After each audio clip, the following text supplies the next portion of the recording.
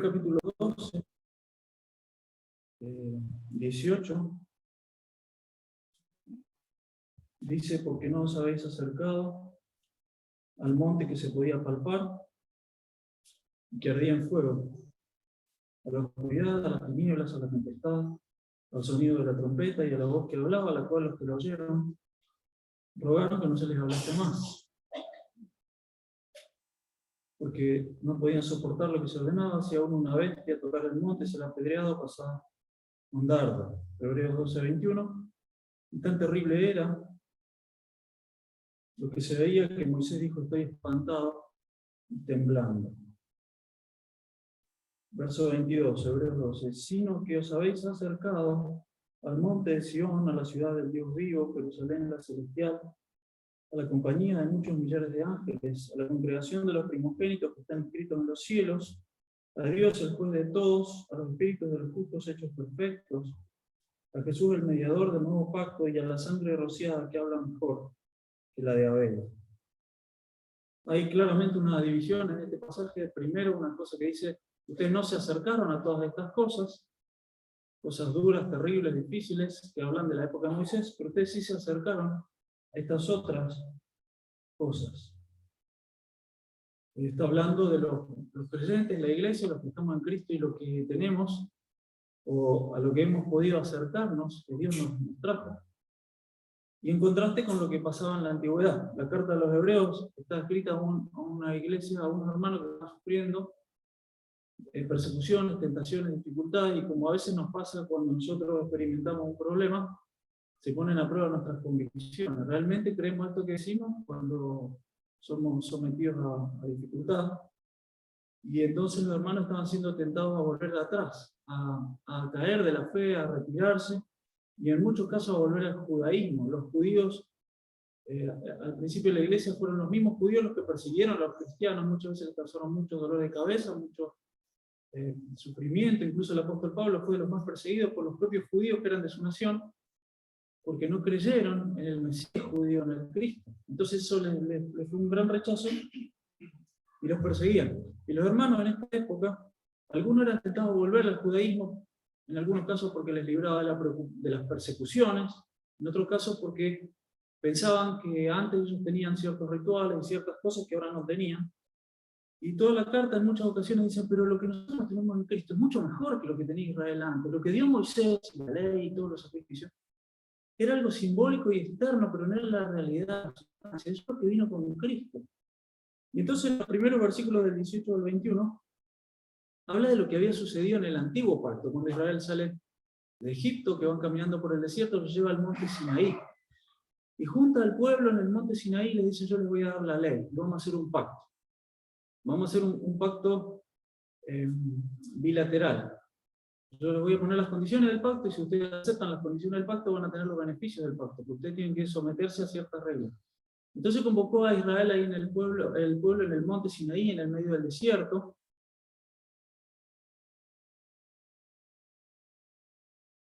Pero los llama y le dice a algunos representantes del pueblo: suban. Y Dios de alguna manera se manifestó como si hubiera descendido a la cumbre del monte, y empezó a haber fuego y tormenta y tempestad, oscuridad y sonido y voces cada vez más fuertes, y fuego, y una cosa que fue terrible. Y eso es lo que acá está diciendo los primeros versículos. No es eso lo que Dios tiene para ustedes, eso era lo de antes. El monte que se podía palpar, o sea, un monte físico, tangible, porque ellos podían ir, excepto en el momento que Dios dijo: bueno, ahora desciendo yo, no se acerque nadie, pero eran cosas que se podían tocar. Ardía en fuego, había oscuridad, tinieblas, porque así fue como vino Dios a darles la ley. Recuerda que fue Moisés al monte y le dio las tablas de la ley, bajó por las tablas. Y dice que la situación fue terrible. Dios puso reglas muy claras. Y dice que lo que vio Moisés fue tan terrible que él dijo: estoy espantado y temblando. Había un propósito para que Dios hiciera esto, digamos. Dios no es que quería asustar, por supuesto que eso era una pequeña manifestación de la majestad de Dios. Fue como Dios lo quiso manifestar, no era ni la uña del dedo meñique de Dios, podemos decir de una manera, porque delante de la presencia de Dios uno no puede estar así más. El pecador no se puede presentar ante Dios, y eso es lo que nosotros vemos a lo largo de toda la Biblia. Cuando los papás de Sansón le aparece un ángel, pensaron que se iban a morir, porque dijimos: este es Dios, vamos a morir. Cuando a Isaías se le muestra una revelación que era simplemente una visión del trono de Dios y los serafines que se tapaban los ojos y alababan al Señor, Isaías dijo: yo acá me muero. Esa es la reacción del pecador cuando Dios le manifiesta un poco más de su presencia. Y por eso, de alguna manera, en esta etapa en la que nosotros vivimos todavía en la carne, en un mundo terrenal, Dios de alguna manera tiene que estar oculto para nosotros. Dios no puede manifestar toda su majestad y su grandeza, porque la majestad de Dios nos consume. Nosotros somos expuestos a nuestro pecado, nos damos cuenta de nuestra pequeñez y nuestra miseria. Y eso le pasó al mismo Moisés, que dice que cuando descendió del monte su piel resplandecía. Una persona a la que Dios lo llamó y lo escogió para esa tarea. Pero el ser humano, si entra abiertamente, en forma total, a la presencia de Dios, consumido.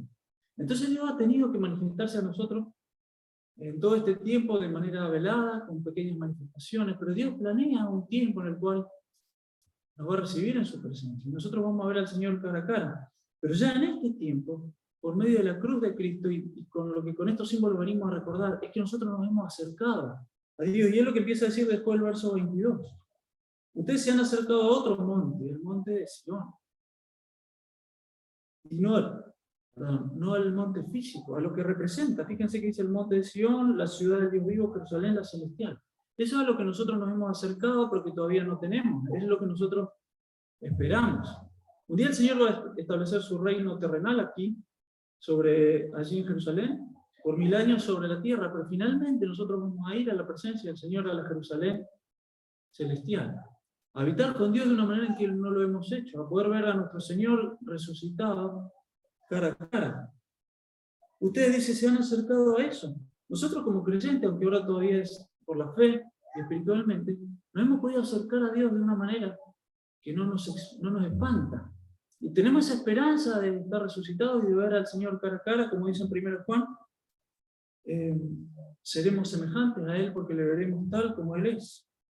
El verso 22 sigue diciendo que nos hemos acercado a la compañía de muchos millares de ángeles. Hay un mundo espiritual de ángeles que nosotros no podemos ver, pero que opera en favor de los creyentes y en defensa de los demonios que quieren atacar a la iglesia. Pero un día les vamos a ver, no tenemos tantos detalles, pero un día hemos de poder saber y compartir y ver lo que esa naturaleza de seres angélicos es.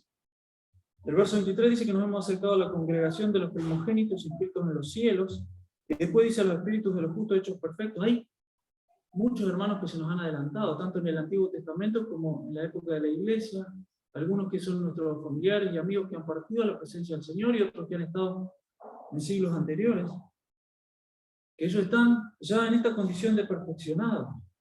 Ellos ya gozan de los privilegios de un hijo primogénito, como tenía la cultura antigua, que tenemos los creyentes. Esto nos habla del reencuentro que va a ocurrir entre nosotros, que aún estamos vivos, y la iglesia, que ya ha pasado a la presencia del Señor. También dice, nos hemos acercado a Dios el juez de todos. Esto podría ser para nosotros una causa de gran terror. ¿Cómo, si nosotros somos pecadores, cómo nos va a ser agradable acercarnos al juez? Pero es que nuestra causa ya fue absuelta. Fuimos sobreseídos, o mejor dicho, fuimos justificados.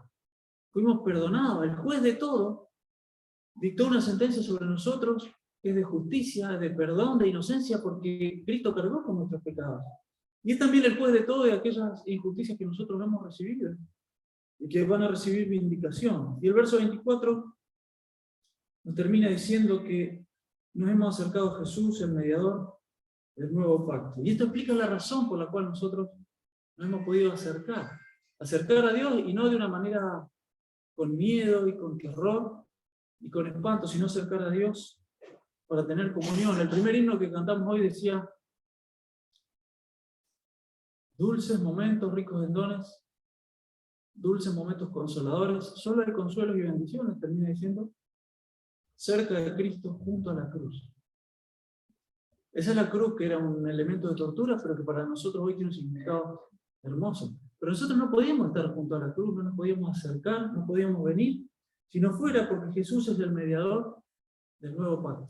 Porque hubo uno que se puso en el medio y que permitió que Dios hiciera un pacto unilateral con nosotros. Y que Él se comprometió a bendecirnos y a perdonarnos simplemente si nosotros entrábamos en las condiciones del pacto, que era aceptar por la fe la obra de Cristo. Nosotros no hicimos nada para arreglar con Dios y pagar y que más o menos pudiéramos entrar en su presencia. Fue Él el que lo hizo todo y fue por medio del mediador. Él hizo un pacto de sangre. Había diferentes pactos entre las personas, como un pacto de sal, un pacto de hermanos, se sellaba un pacto dándose la mano o haciendo algún intercambio. Y en la Biblia hay muchos pactos que son pactos de sangre. La sangre representa que los que pactan se comprometen en el cumplimiento del pacto. Y en el caso del pacto que Dios hizo con nosotros, tenía que ser la sangre de Jesús, porque nosotros no teníamos nada que ofrecer. Y además tuvo que ser la sangre no solamente para ratificar el pacto, es decir, que Dios se comprometió a darnos vida y salvación y perdonarnos, sino era necesaria la remisión de nuestros pecados.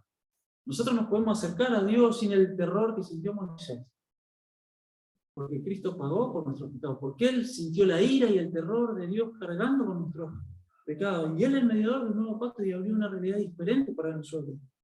Nosotros nos podemos acercar al trono de Dios con alegría, porque Jesucristo, por su cuerpo herido y su sangre derramada, es el mediador del nuevo pacto. Y porque, como termina diciendo, su sangre rociada habla mejor. Toda la carta de Hebreos muestra cómo Cristo es mejor y superior a cosas que había antes. Abel fue el primero en hacer un sacrificio de sangre. En el capítulo 11 empieza una lista de los que agradaron a Dios, y el primero que menciona es Abel. Y Abel fue el hijo de Adán y Eva, el hermano de Caín, que hizo un sacrificio y que empezó con este sistema de alguna manera ir como pensando en el futuro y obteniendo como una especie de perdón simbólico hasta el día en que Cristo derramara su verdadera sangre.